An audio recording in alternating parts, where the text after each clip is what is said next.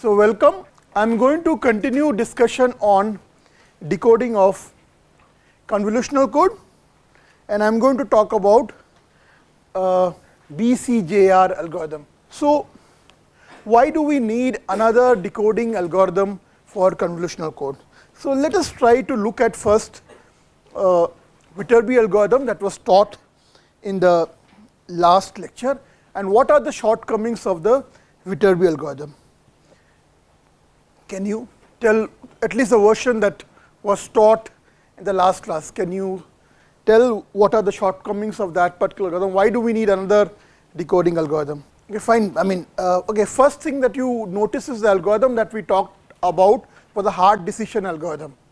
Like we were just taking decision on what is the most likely path.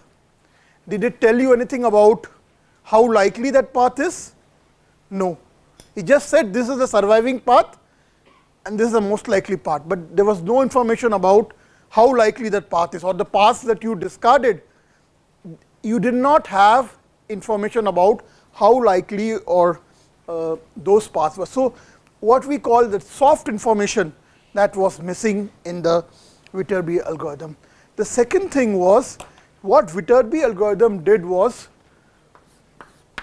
it basically tries to, so let's say given a receive sequence, you wanted to, like it minimizes basically, how should I put it, minimizes what we call word error rate. Like what it tries to do is, once you get a receive sequence, it tries to find out what is the most likely path through the trellis. As somebody, as I think you asked, right, the algorithm that you proposed, you were proposing, okay, why don't we just look at each trellis section and pick up the bit or the which is most likely. If you see here in Viterbi algorithm, it tries to find the most likely path through the trellis. Now, so it tries to minimize in some sense probability of v hat not being equal to v. V is the transmitted code word, v hat is the estimated code word. Now this not necessarily translates into this. This does not always translates into this, that it will minimize bit error probability. Like minimizing this does not always translates to minimizing bit error probability. Okay, so what we did in Viterbi algorithm is we found the most likely path, but that doesn't mean that it will also minimize the bit error probability. So what these guys came up with is a technique to minimize bit error probability. Now this algorithm was published in March 1974, but it did not pick up steam until almost 20 years later. And the reason was the performance improvement in bit error rate was not that much compared to bit error. It gave pretty much similar performance as Viterbi algorithm, whereas complexity wise this was lot more than Viterbi algorithm. So even though algorithm to minimize bit error rate probability, but since its performance was not very much different from Viterbi algorithm and its complexity was at least 3 times high, if you ask me, could be more also, it was not very popular. People were still using, whenever they were doing trellis based decoding, people were still using Viterbi algorithm. Now what happened in early 90s? Why did it suddenly pick up steam? So with turbo codes, basically the decoder that was proposed was an iterative decoder which worked on soft values. So there we were not just interested in what the exact, whether the bits are 0 or 1, we were also interested in knowing, okay, this bit is 1 with what probability, this bit is 0 with what probability. That this algorithm, because this algorithm provides soft information also, so it provided reliability about each information bits that were to be decoded.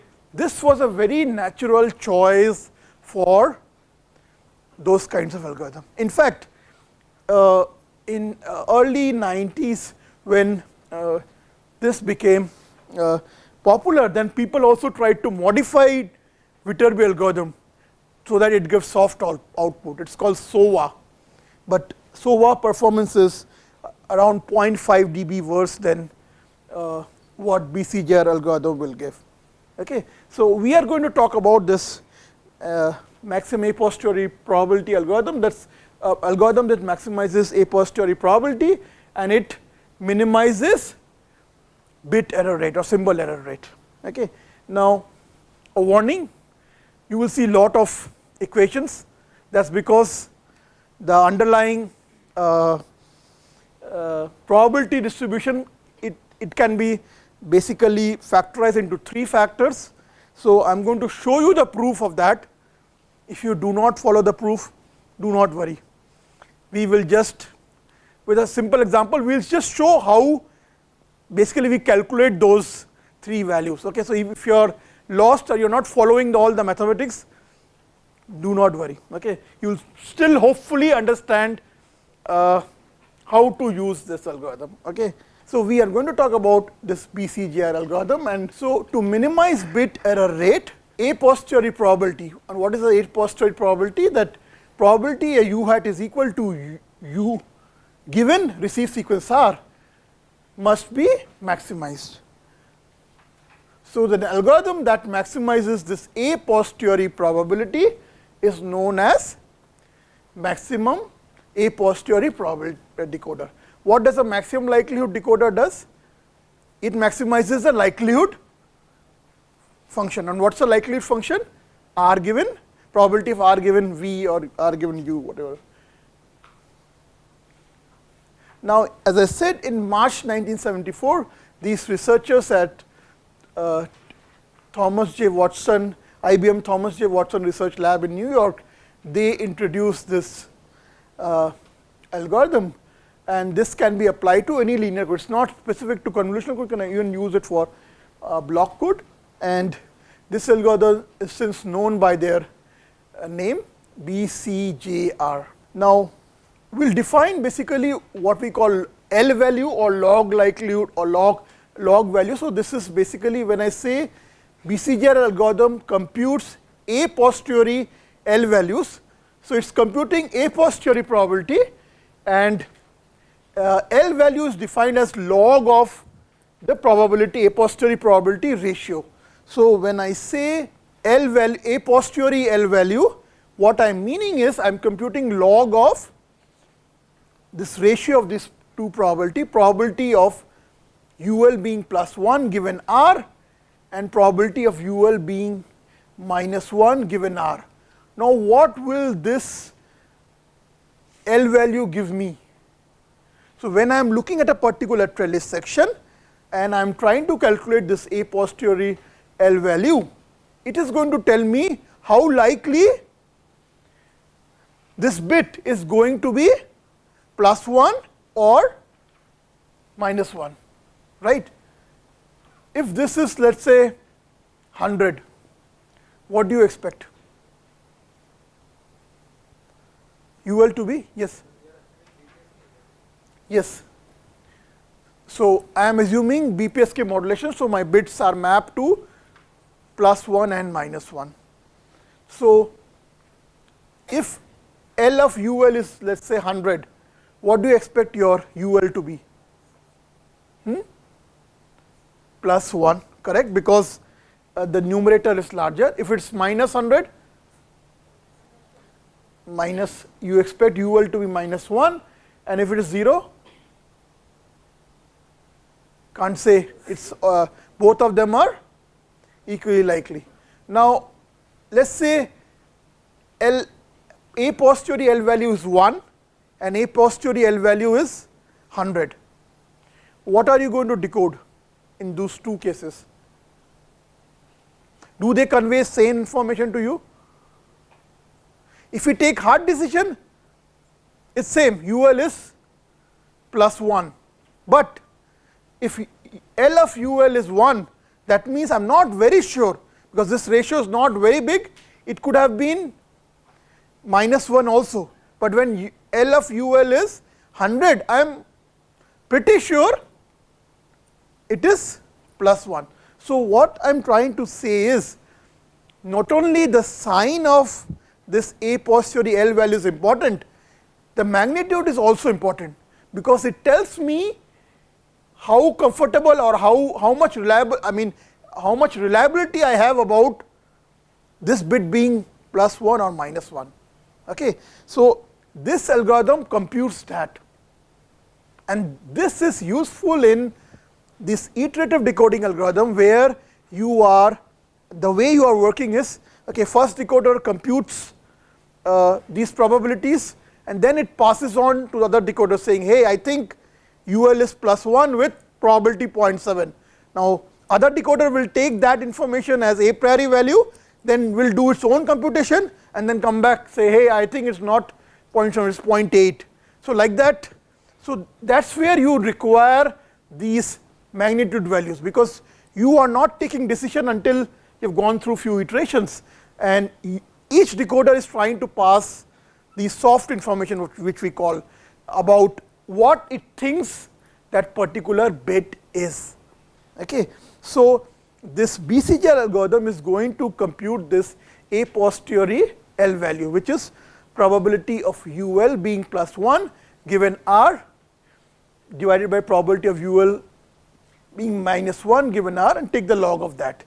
We are going to show you how we can make use of the trellis structure of the convolutional code to simplify this expression. Okay. And we will show that this expression can be written in terms of 3 terms, which we have to compute recursively. One we have to compute forward recursion, other we have to do backward recursion, and then we combine all of them to get this a posteriori L value. Now, when you have to take final decision, so you will decide in favor of +1 if the a posteriori L value is greater than 0, otherwise you will decide in favor of -1.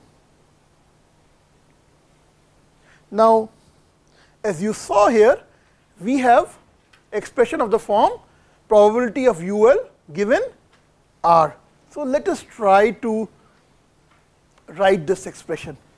So, this probability of UL being +1 given R, I can write it as joint probability of UL being +1 and receive sequence R divided by probability of R. Now, probability of UL being +1 given receive sequence, I can write as probability of R given V multiplied by a priori probability of U. Now, what I am doing is, remember this is probability of UL being +1 and receive sequence, joint probability of this and R.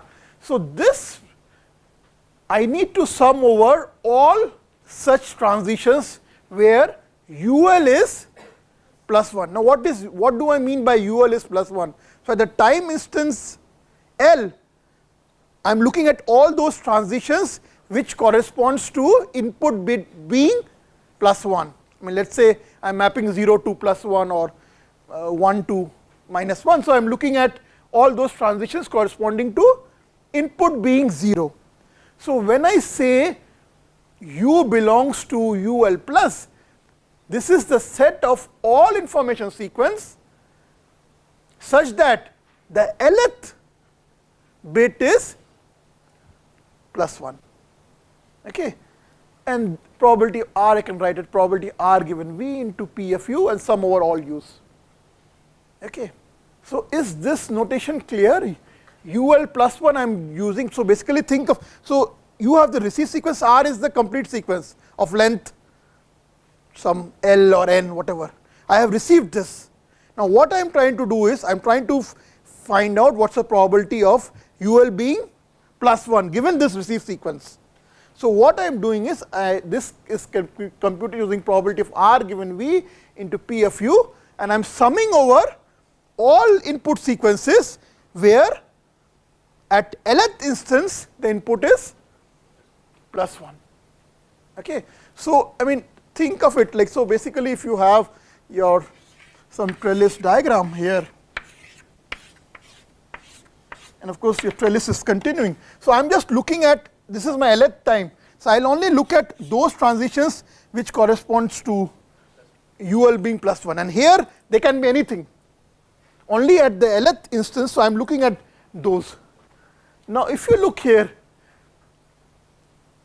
at the moment, this summation is over large number of sequences, because remember, if my code word length is very large, the information sequence is very large, I am summing up over all sequences where UL is plus 1. So, there are a lot of sequences before this trellis, lot of sequences before this, I am only looking at this. So, I will have to simplify this expression using the trellis structure of the code. Now, what do I mean by I have to simplify this structure using trellis structure of the code?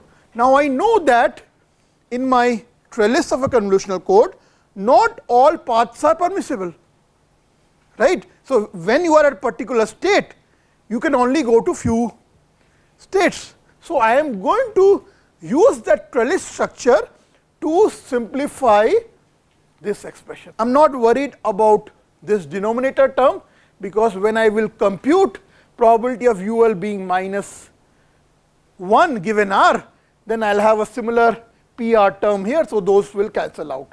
Then a posteriori L value can be written like this.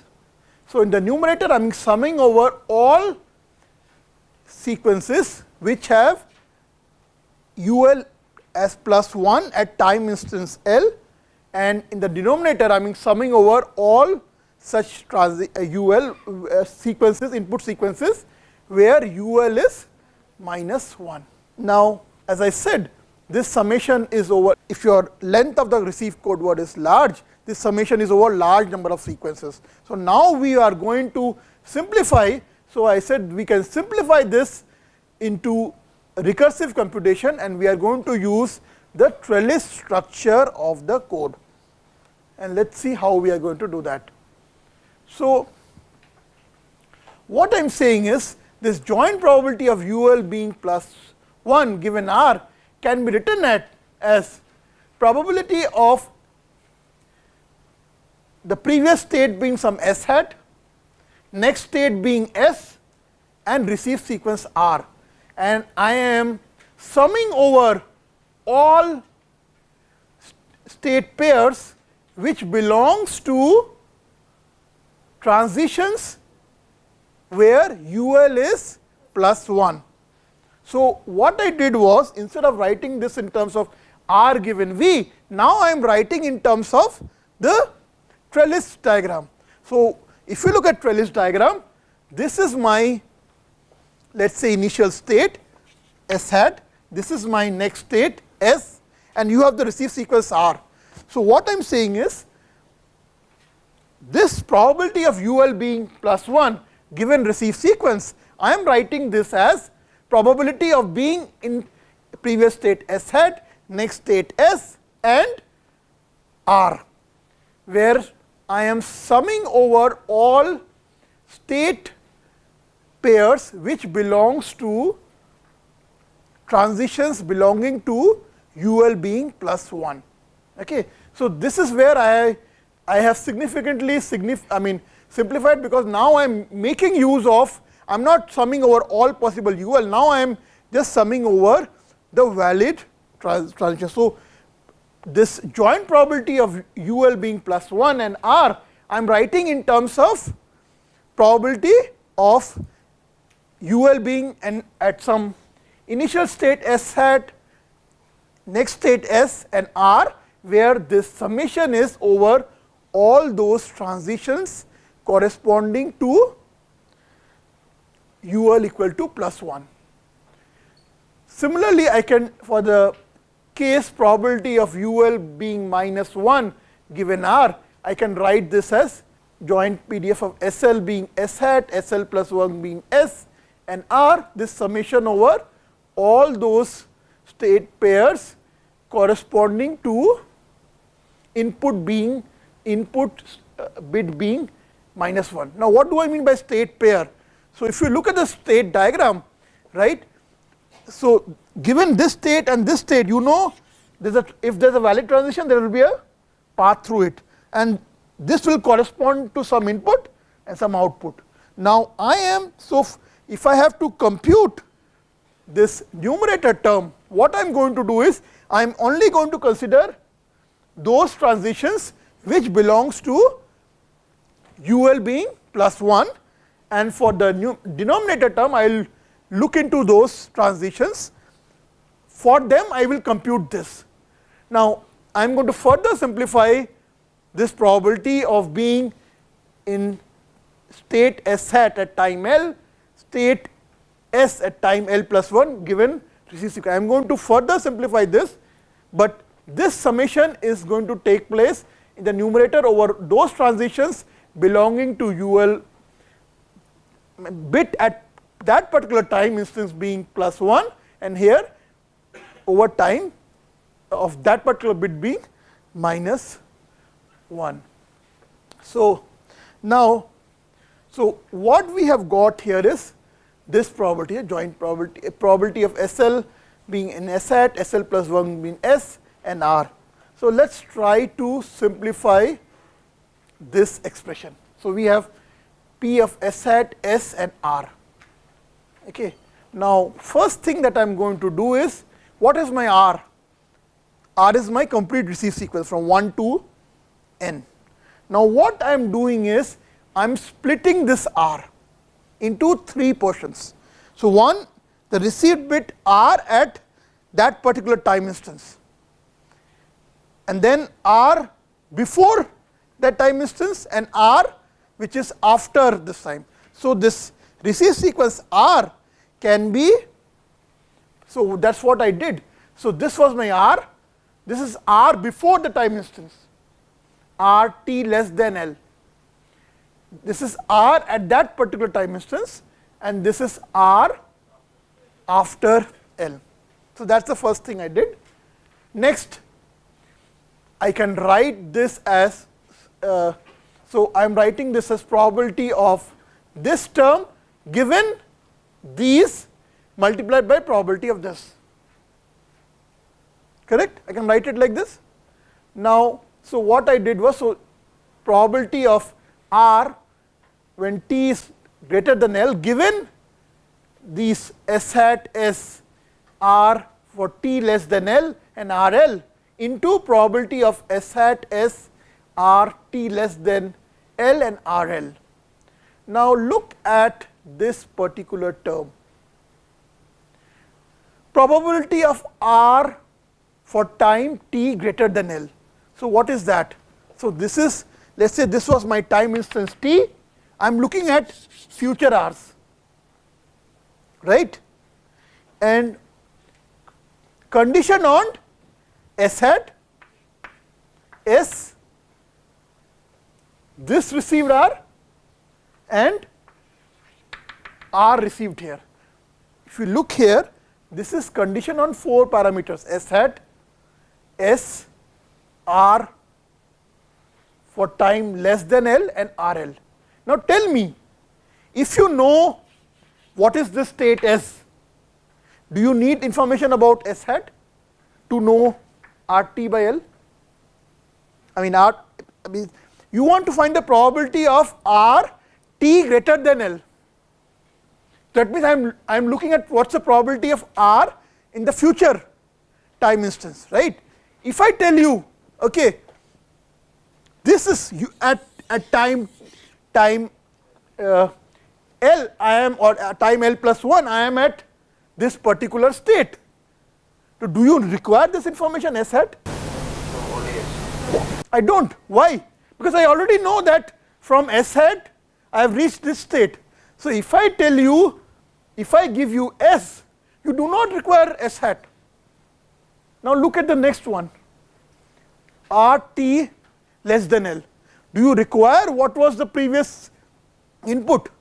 No, because I already know that using this I already reached this state and I am already here and this. Okay. So this is also not required. What about RL? Do I require this given if I tell you that I know this? No. If I did not have this, then I would have from S hat and R, I would have known S, but I already have S. Yes, Ayush. So, yeah, assuming entropy dies. Yeah. So, basically what I am trying to say is, given these 4 parameters, if I specify S, you do not need other parameters, right. So, you can simplify this probability as this probability of R t greater than L given S, because once I specify S, you do not require S hat, you do not require RL, you do not require RL before what happened before this L. Now, let us look at this. Again, this I can write as probability of S and RL given S hat and R for time t less than L multiplied by probability of S hat R t less than L. Now, again look at this expression, probability of S RL given S hat and R t less than L. Now, if you know S hat,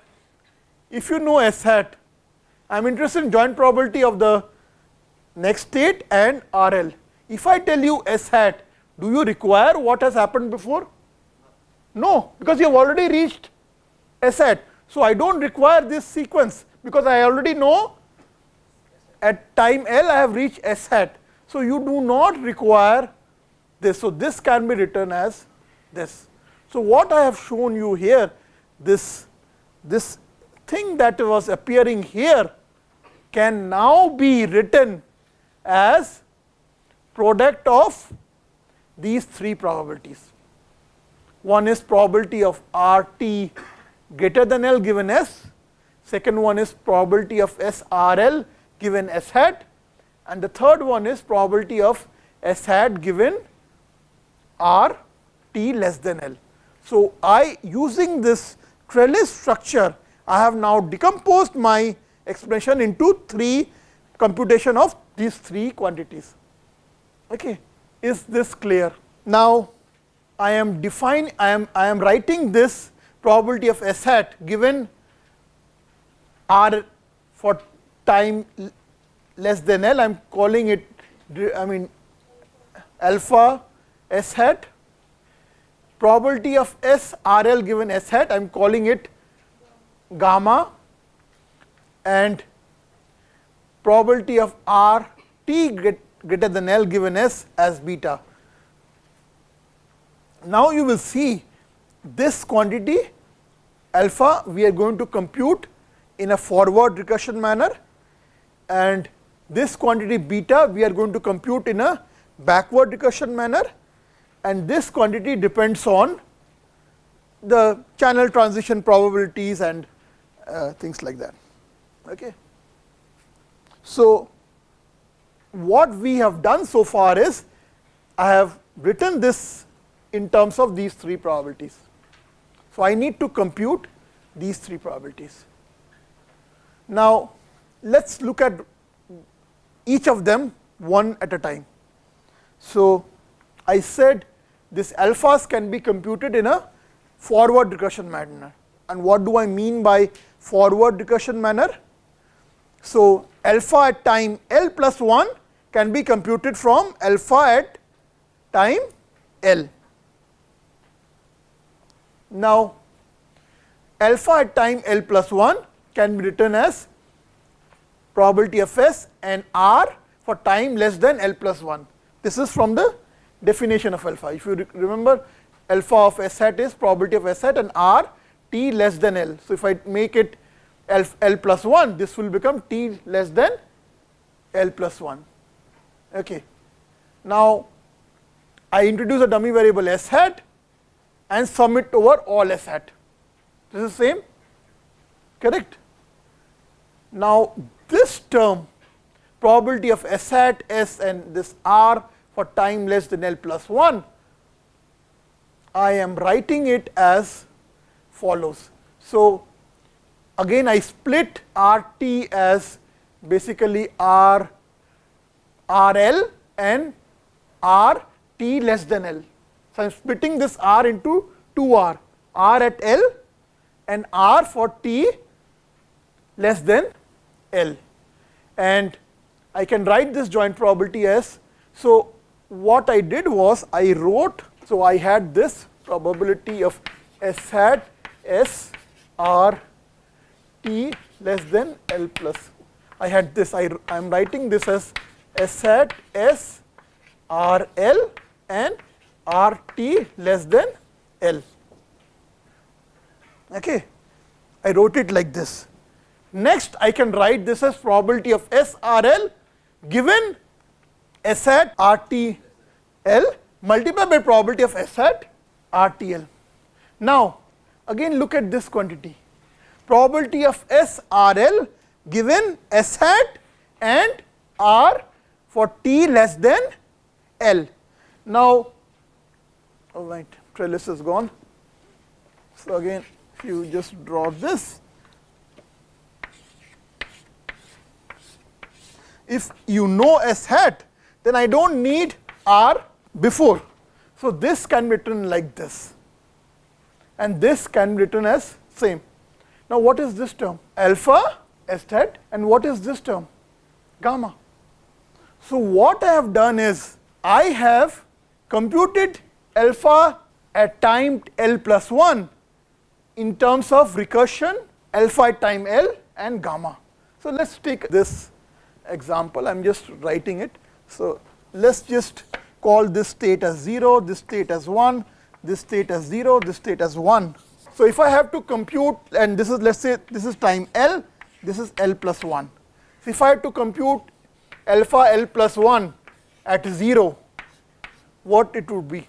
This will be gamma. So I am computing alpha L plus 1 at this particular state. Now what are the valid transitions here? Sum over all S, sum over all previous states, which are basically, so I have to look at this transition and this transition. I am summing over all those previous states which are terminating here. So alpha L plus 1 0 will be alpha L 1 multiplied by gamma L 1 0. S hat is 1, S is 0, plus what is this next term? Alpha L 0 into gamma L 0 0. Now just pause for a minute and compare with what we were doing in Viterbi. Viterbi, when we had two branches coming here, we were just selecting one. Here there is no selection, basically we are just adding up those probabilities. Okay? So there is no compare thing happening, we are just adding these things here. Okay? So this is how we are computing alpha. Similarly, if I ask you to compute alpha L plus 1, this would be, so there are two transitions, one is this and another is this. Okay, so alpha L plus 1 L will be alpha L 0 times gamma L 0 to 1 plus alpha L 1 gamma L 1 1. Okay. Any questions in alpha computation? Now let us go to beta computation. Okay, it's very, very similar. How did we define beta L plus 1? It is probability of RT greater than L given S. So if I define beta L, this will be probability of RT greater than L minus 1 given S. So that is what I have written here. Okay. The next step is, as I did in the previous example, I introduced this variable S and sum over all S. Okay. So I introduce this S, sum over all S, I get this. Now this is R for t greater than L minus 1. So, I split it into RL and RT greater than L, and then S given S hat. Now, again this can be written as R t greater than L given S hat S and RL into probability of S RL given S hat. Now, look at this term R of t greater than L. So, that means these are the future values of R given S hat S and RL, they will only depend on S. So, that is why this becomes probability of R t greater than L given S and multiplied by this probability. And what is this probability? This is gamma. And what is this term? This is beta plus 1. So, then beta at L can be written in terms of beta L plus 1. So, alpha was forward recursion. You are computing alpha L plus 1 from alpha L. This is backward recursion. You first have to compute beta at the end of the block length, and then you have to go reverse. So, let us look at beta computation. So, beta L at 0. So, I want to compute beta L at 0. So, I am going to look at this transition, because this is terminating here, and this transition. Okay. So, beta L 0 will be beta L plus 1 gamma L. I am just writing it as S hat S. So, I will write it 0 1 plus beta L plus 1, this one 0 into gamma L 0 0. Similarly, beta L 1 would be, so I need to look at this one and this one, correct? This will be beta L plus 1, okay, 0 gamma L 1 0 plus beta L plus 1 gamma L 1 1. Again here, similar to the alpha computation, when these two branches are converging at this node, we are adding them up. There is no compare thing. Okay. And finally, you have this gamma computation, which is probability of S RL given S hat. This can be written as probability of S hat S given RL into probability of S hat. And what I did was I added, in the numerator I added the denominator I added this. So, this term became probability of RL given S hat S, and this is probability of S given S hat. Now, probability of S given S hat, this will be 1 when there is a valid transition, otherwise it will be 0. And probability of RL given S hat S, this can be written in terms of a priori probability multiplied by probability of RL given V. Now, how do you compute this? Now, this is a priori probability. So, you may have some prior knowledge about source distribution. If you do not have any prior knowledge, you assume your source is equally likely to be 0 and 1, okay, and then compute. And probability of R given V, you compute from the received sequence. For example, you know for a Gaussian channel, let us say your input is y is equal to x plus n. So, if I ask you what is the probability of y given x, right? So, what is it? This is given by Gaussian PDF, right? So, this will be like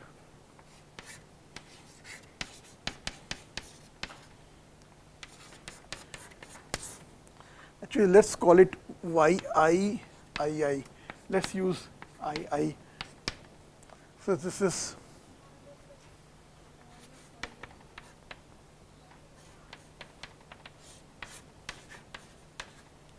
sorry, x square x summate. This is just 1 sigma x minus 2 whole square, sorry, minus and 2 sigma square, right? You will have something like this. Now, the thing is, this is for a particular yi given xi, but you have this n bits received, right? At a particular instance, your code word is rate k by n. So, you are receiving n bits. So, how do we write probability of y given this x? We write it as product of I2 n p of, this you saw in the Viterbi case also, right? So, that is why I just wrote it like this. Basically, you have this term 2 pi sigma square, this will become under root, this will become n times because you are taking n use of this, and this will be something like this. Okay. Now, you can simplify this expression. The point I am trying to make is gamma computation depends on these channel model that you are using and channel transition probability and those kinds of things, right? Now, so to recap, I have told you how to compute alpha, I have told you how to compute beta, I have told that gamma depends on particular channel. Like let us say if I take AWGN channel, I will get something like this. I can even further simplify this, because if I consider like u is plus 1 minus 1, x is plus 1 minus 1, then VL square will become 1, does not depend on VL. So, I will get only term, and RL does not depend on choice of VL. So, I will only get term of the point RL dot VL kind of thing. Okay. Yes? If I change my channel type from binary eraser. Exactly. So, if you change your channel type, this will change. So, this exactly, because this depends on this. This is a priori probability, and this depends on this likelihood RL given here. You are absolutely right. This is for a particular Gaussian channel. If you change, let us say instead of Gaussian, I change it to a Laplacian channel, which models impulsive noise, then this would be accordingly it will change, right? So, gamma value depends on the channel that you are using. Now, this gamma is then used in alpha computation and beta computation. Have I explained everything? Can you now work? No. You are absolutely right. I did not say the initial condition. How will you do the recursion? What is alpha at 0 at time, and what is beta at the end of the block length, like when the information bit. So, I still haven't specified the initial condition. If I specify the initial condition, then you will be able to do, because you have gamma with you. So, you can calculate alphas, and then you compute betas, and then we have to remember multiply alpha, beta, gamma and sum over all transitions belonging to UL being plus 1 in the numerator term, and the denominator we have to sum over all those transitions which belong to UL being minus 1. So, let us look at now initial condition. Can somebody explain why I took alpha 0 at S to be 1 at state 0 and 0 for all other state? Alpha is 4 No, so why did I choose alpha 0 as, so why did I choose, so that is because initially your shift register or the convolutional code is in all 0 state. When we start encoding, at that time our convolutional code is in all 0 state. So that means initially it will be only in the all 0 state. In fact, you saw in the Viterbi also when we drew the trellis, we started from the all 0 state. So initially it is going to be in all 0 state. So in that case, probability of its being in all 0 state is 1, and in any other state is 0. Is this a valid assumption? If we are doing like last states are 0, 0. Exactly. This makes sense if I am terminating the convolutional code. What is termination convolutional code? I am bringing it back to all 0 state. So k is my end of the block. This will be 1 for state 0 only when I am terminating the convolutional code. If I am not terminating the convolutional code, then what should be my backward recursion? I mean what should be my initial values for backward recursion? Equal probability. Exactly, because if I am not terminating it, then it's equal probable to land up in any of the states. So if you have 2 raised to the power m states, 1 by 2 raised to the power m, you put that for all. So you say it's uniformly likely to be in any of the state. This we will do if we are not terminating the convolutional code. That means if we are not bringing the convolutional code back to all 0 state. So now let us summarize this Bcjr algorithm. So we will initialize forward and backward matrix using equation 16 and 17. This is equation 16 and 17. Okay. Next step is compute the branch matrix. So we will compute this gamma s hat s. We have to compute this because gamma is required in both this forward recursion and backward recursion. Compute the forward matrix using equation 12. This is the equation 12. We use this to compute forward recursion, and equation 13 we will use to compute backward recursion. Okay. Next, compute the APP values using equations 6 and 11. So what is 6 and 11? So 11 says this probability is product of these 3 terms. And what does equation 6 says? In the numerator, you have to sum over all those transitions which belong to UL being plus 1. And in the numerator and the denominator, you have to sum over all those transitions. So this product term that we are taking, we will have to, in the numerator, we will have to do over all those terms where UL is plus 1, and the denominator over all those terms where UL is minus 1. And finally, once we compute this, we will take a hard decision using equation 2. So if L of UL is greater than 0, we decide in favor of UL being plus 1. Otherwise, we decide in favor of UL being minus 1. Any questions here? Is this algorithm clear? Okay. So let us just quickly wrap up. Okay. I just took an example of a rate half, memory 1, systematic feedback convolution encoder with G of D given by this, and I assume signal to noise ratio of ES by N naught to be minus 6 dB. So my receive vector normalized by this energy under root ES is something like this. This is what I am receiving. Now this is the trellis diagram of my this memory 1. Memory 1, so there will be 2 states. Okay. So let's say here 0 is mapped to 0. So if I get a 0, I get 0, 0. If I get a 1, I get 1, 1 from all 0 state. And if I am at state 1, if I get a 0, I get 0, 1. I remain in state S1. If I get a 1, I get 1, 0, and I move to all 0 state. This is a trellis diagram of that. Now, if I have to apply Bcjr algorithm, the first thing that I need to do is, okay, I will initialize it. So alpha 0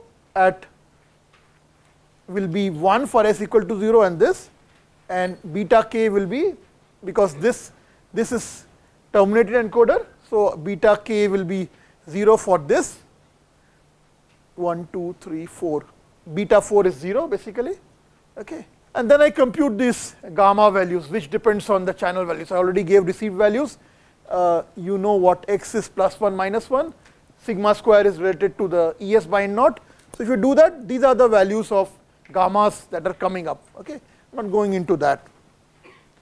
Now, once I know the gamma, you also know how to compute alphas. For example, we already did an example here.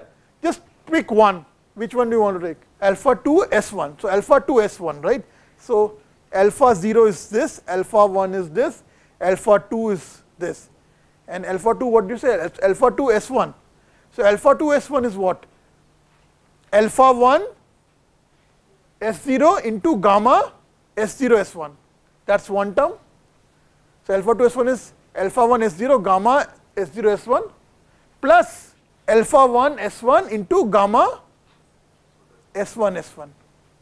So alpha 1 S1 gamma S1 S1. Okay, we already computed gammas earlier. We know initial value of alpha at S0 is 1, other alpha is basically 0, so we can get the values. Okay. Now what I did was, you see these values, then I normalized them so that these are probabilities. So these were unnormalized values, and the one numbers that you see in the bracket, these are probabilities. So I just normalized these matrix so that I get, because in the gamma computation there were some terms which were common, I did not take them. So the numbers that you see in this are basically normalized values, so that sum of probability add up to 1. But you can work with this also, you can work with this also. Sometimes in implementation we try to do this normalization, because if you do not do this normalization, either the metric value may become too large or may become too small. Usually becomes very large if we are considering very large L, and then you will have overflow problem and those kinds of things. So it's always better, especially when you are working in the probability domain, it's easy because you can just, sum of probabilities should be 1, so you can normalize it. Similarly, betas, do I need to go over this? You are familiar with beta. We already did this beta computation. I just wrote it. That's the beta computation. Finally, this. Remember I said using equation 6 and 11, compute this. So let's look at this. I either need this or I need the trellis diagram. So what I'll do is, I'll draw the trellis diagram and I'll refer to this. That will be easy. So this is a trellis diagram, right?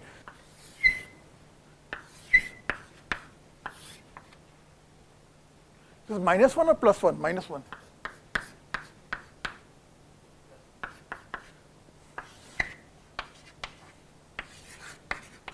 What is this? Just somebody speak out, that will be faster. +1, +1, +1,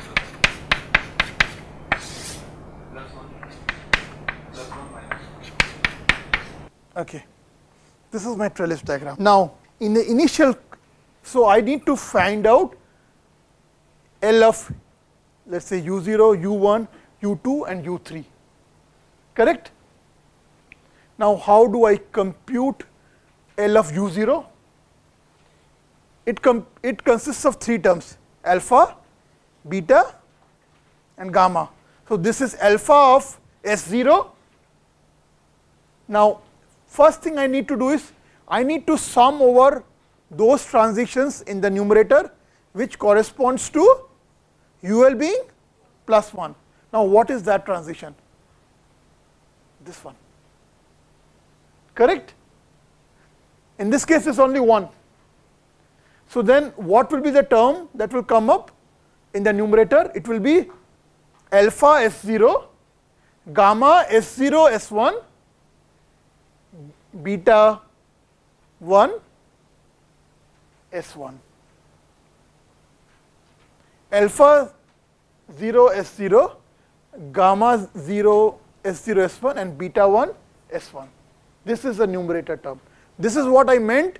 You sum over all transitions which have UL +1. Here there are only 2 transitions, one corresponding to this and one. And the denominator, this is a UL minus term, so this will be alpha 0 S0, gamma 0 S0 S0 and beta 1 S0. So in the denominator you have alpha 0 S0, gamma 0 S0 S0 and beta 1 S0. and you have all these values because you have computed them. You have computed them. So, you can compute L of u0. Now, this is 0.4778. So, what would be your hard decision? +1, because it is positive. So, this will be +1. Okay. Now, let us look at this one, L of u1. Now, what are the transitions corresponding to ul being +1? This one, right, S0 to S1, and the next one is this one. So, what is the term corresponding to this?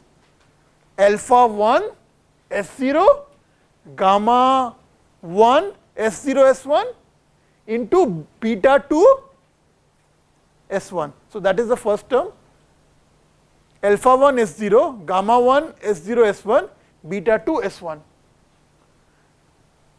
But we have another term which is this.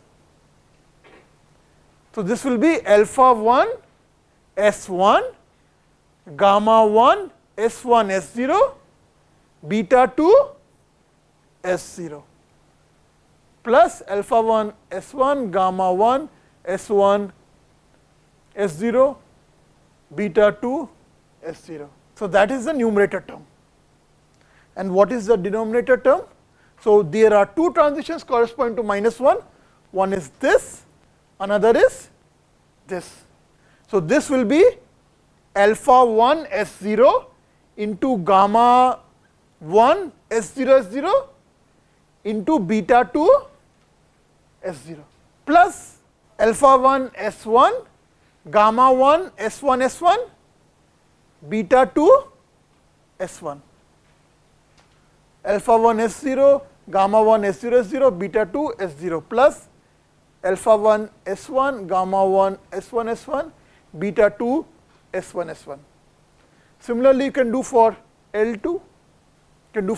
These are the transitions corresponding to this thing, and I did not compute because this was my termination bit. So, my information bits were these three. So, if you compute this, I get these values. Now, this is again positive. So, I will decide in favor of +1, and here I will decide in favor of -1. So, this is what I was saying in the beginning. Even if the expressions look complicated, I hope I have conveyed how you can compute this a posteriori L value, and finally, you will take a hard decision on them, and then that would be your final outcome. Now, just spend 1 minute on looking at the complexity of the algorithm, and let us try to compare with Viterbi. Now, Viterbi was simple: add, compare and select. But remember here, for each alpha beta we are adding. Okay, so, roughly whatever Viterbi is doing, you are doing similar for alpha calculation, similar for beta calculation, okay, and of course, gamma calculation is also there.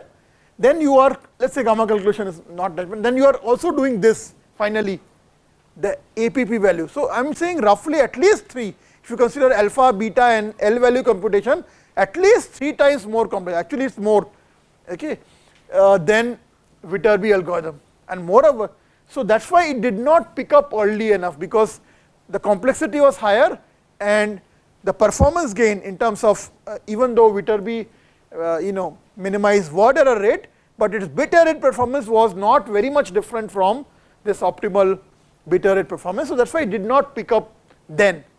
But then in early 90s, when people started working on this turbo code and iterative decoder, there we needed not just the hard decision, we need, because we were doing iterative decoding, we need to pass to the other decoder what we feel about the bits are. So, there this algorithm came up very handy, because it gave us an estimate. So, the magnitude of this value gave us how sure we are about that particular bit being 1 or 0, and this information was then conveyed as a priori value. If you look at the expression for gamma, you have this like P of UL. So, first decoder computed some APPL value, and then it passed on to some other decoder some value which is related to this its own computation as a priori value, and then that decoder used this as a priori knowledge and then use the bits it received to compute further estimate on UL, and then it passed the same thing to next decoder or the back to the same decoder, and this process was continued until both were in agreement that okay, that whatever bits they think they are matching kind of thing. So that's why in with the advent of when these turbo cores and iterative decoding procedure became popular, all of a sudden there was a lot of interest in this Bcjr algorithm. Okay. So with this I think I will conclude the discussion on Bcjr algorithm. If you have any questions, I will be happy to. How do we know how our convolution will perform for Bcjr algorithm? Like normally the performance is evaluated using, so there are multiple ways of doing it. First thing is you could do simulation.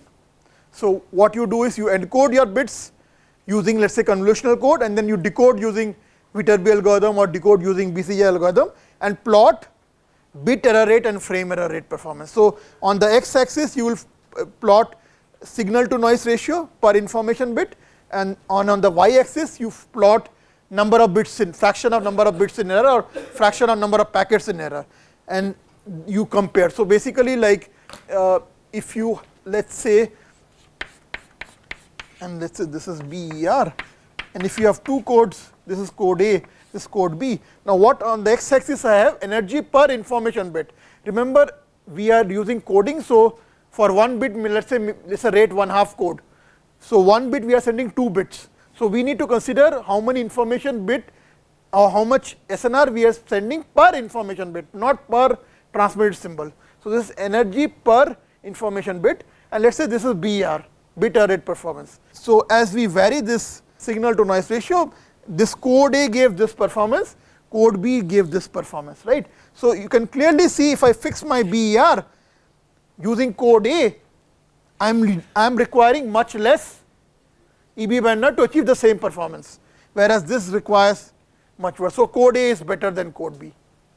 Okay. Or you can do the other way around also. I fix my EB bandwidth and then I see, okay, this code is giving me this BER, this code is giving me this BER. So typically on the y axis we plot bit error rate or frame error rate. It's typically in the log scale, and in on the y axis we have this EB bandwidth, which is in the dB. so is there theoretical like it? Yes, theoretical also there is. So basically we resort to what we call bounds. So we compute error bounds. So for example, I can compute probability of error for this convolutional code using union bounding techniques. What type of codes will perform better with respect to this? So basically the analysis of those code, so the performance depends on the distance profile of the code. So distance properties of the codes determine how these codes will perform. Yes. So we are not covering here, but in my MOOC there is one lecture on performance evaluation of convolutional code. So I mean I gave that MOOC last year. This is course called Error Control Coding and Introduction to Convolutional Code. So there is one lecture on this. So basically the most common method is like union bound. We can find a union using union bound techniques, we can find out probability of error, but those bounds are again tight only for high SNR value. So people have also looked at other bounds to tighten the performance bound at low SNR. Okay. So that is the other approach people take to show how good or how bad a particular coding scheme or is. Okay. Yes. Any other question? Yes. Performance also heavily depends on our assumption of the AWGN channel or whatever is the channel. Right. Then in case of the wireless communication system, right. along with AWGN we may have effects of multipath. Right. Exactly. Exactly. All those things should be handled by equalizer which sits before the decoder. What if we have a poor equalizer? Okay. So basically, so the difference here is, so what we do is, if you look at the expression, where does the channel comes into picture? We require for the gamma calculation, we require probability of R given V. So this is where we will model the effect of channel. So like a very simple model which people have used is they assume that it's like a block fading kind of channel, y is equal to hx plus n, and if you want a scalar version of this, they consider ai is equal to yi is equal to a xi plus n. So using that they computed this likelihood function. So this is where basically your channel comes into picture. So basically in the gamma expression there is a signal to noise ratio term that comes up. If you look at when you compute the gamma this thing, there's a term which comes up which is proportional to signal to noise ratio. So what if your estimation, so this requires an estimation of your signal to noise ratio. So people have also done experiments to see what happens if you underestimate the signal to noise ratio or if you overestimate the signal to noise ratio. And apparently it is more sensitive, I think, to underestimation than to overestimation. So that this ES by N naught term that I had here, remember I have this ES by N naught term, I said received vector normalized by this. There's in here there's a term which comes up, in fact you can look at here also. So you see here this ES by N naught term which is coming up here. So in the gamma computation this term comes up, and people have looked at what happens if you overestimate this ES by N naught term or underestimate. Apparently it is more sensitive to underestimation than overestimation. Okay. Other implementation issues, mostly there are some issues in terms of like when you are computing these values, if you do not properly scale them, there are issues. What I showed you is a probability domain version of Bcjr algorithm. Okay. What is more popular is actually the log domain version.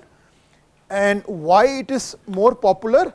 So first of all, multiplications become additions, and this summation terms, remember we had like we are summing over all transitions, ul is plus 1 and ul minus 1.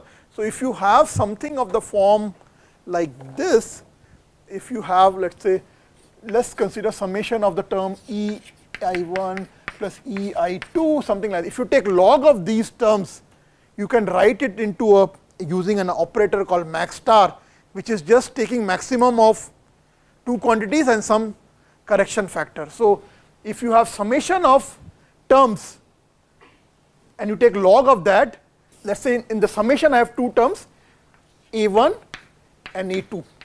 Okay. If I write this a1 as e raised to power a1 dash, and this I write as e raised to power a2 dash. Okay. Now if I am taking log, normally you would think that if I take log of summation, I am in trouble. But if you take log of this I can write as e, let's say a dash 1 plus e a2 dash minus a1 dash. Agreed? Now let's take log of this. What do you get? I get a1 dash plus log of 1 plus e a2 dash. Now let's say max of a2 dash and a1 dash was a1 dash. So I can write this as max of this minus plus log of, if a1 dash was more than a2 dash, this is the term. If a2 dash would have been the maximum bigger term, I can also write this as a2 dash plus log of 1 plus e a1 dash minus a2 dash, right? So I can write this operation as max of a1 dash a2 dash plus log of 1 plus e raised to power minus mod of, right? I can write it like that. Now this log of this summation term, they call it by this operator max star operator.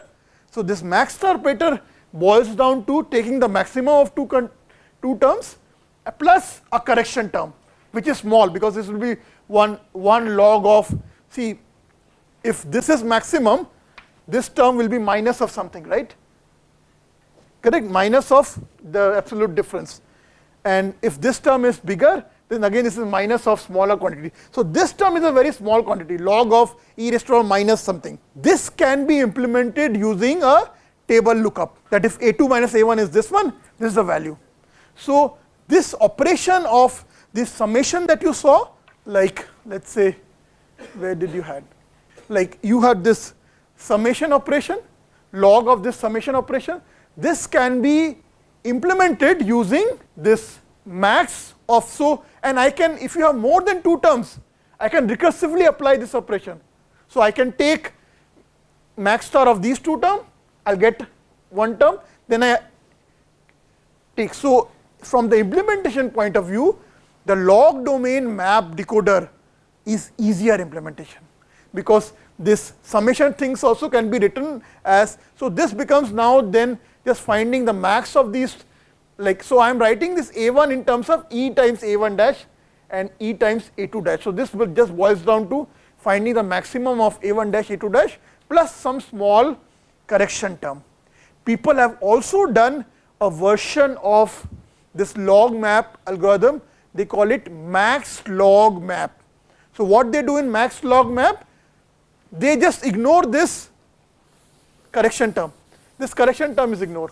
So they have just take the max of this, and that typically performs 0.5 dB worse than exact computation. So what I'm trying to say is, if you are interested in the implementation thing, it's better to do, and again log helps in controlling the values, it will not blow up, okay? And so these problems of overflow and underflow can be better controlled using log domain. So most of the implementation that you will see are essentially log domain implementation of this decoder. Okay. Oh yeah, yes. We did not talk about turbo codes, but turbo codes is there in wireless standards, and this decoder is used. Okay.